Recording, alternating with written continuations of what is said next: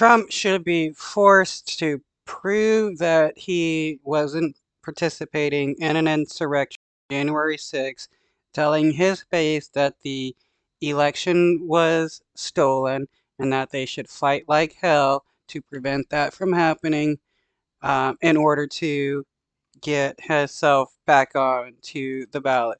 Because so far, he's been proven to have participated in an insurrection in Colorado court. Can he prove that he wasn't, with all the evidence mounting against him? Breaking into us in just the last couple of minutes involving former President Trump now going to the Supreme Court. He is asking the justices to try to overturn the Colorado ruling that took him off the primary ballot in that state. I want to get right to NBC's Dasha Burns, who has posted up for us live.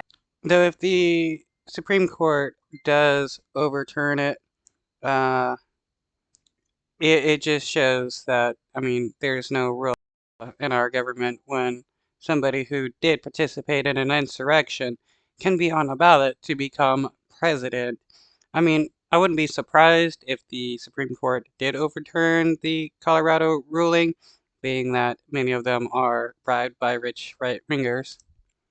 Live from Iowa, of course, with those caucuses less than 2 weeks away. Talk to us about what we're just learning, this appeal to the Supreme Court. It is not unexpected. Yeah. The timing was a question mark, but here now in the 5 o'clock hour Eastern time, we have it. Talk us through it. Well, so let's remind folks about that Colorado Supreme Court ruling, which was based on language in the Constitution and the 14th Amendment that prevents those who engage in an insurrection from running for various federal offices. And in that...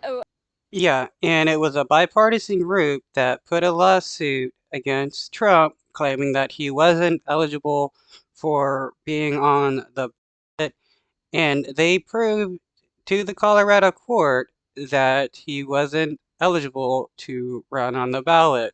The Denver judge said the Section 3 was vague when it's not, because it says president or vice president. And then the Supreme Court overruled her and was like, yeah, he's not eligible for the ballot.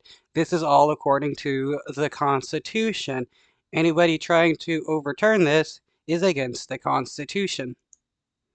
Appeal to the Supreme Court. Trump's lawyers said that if the court were to allow it to stand, it would mark the first time in history of the United States that the judiciary has prevented voters from casting ballots for the leading major party presidential candidate. The court, the lawyer said, should return the right to vote for their candidate of choice to the voters. Now, this is a major and unprecedented situation here, Hallie. We also have a similar situation playing out in Maine, of course, and we've had rivals of the former president denounce both of these decisions, both in Colorado and in Maine. In fact, even some Democrats have been critical of this. And what we've seen on the ground in states like Iowa, like New Hampshire, like South Carolina is, like with the indictments, there has been kind of a surge of support. At one of Vivek Ramaswamy event recently, a woman stood up and said, you know what, I want to vote for you, but how can we not stand up and support the guy that they're trying to tear down, she said. So this is something.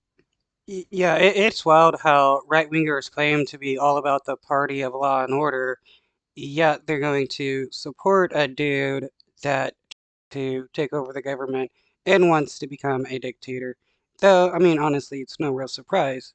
Trump's base wants him to be either a king or a dictator because that's what they want. Something that we've seen politically as Trump's legal troubles have escalated, his political support has escalated.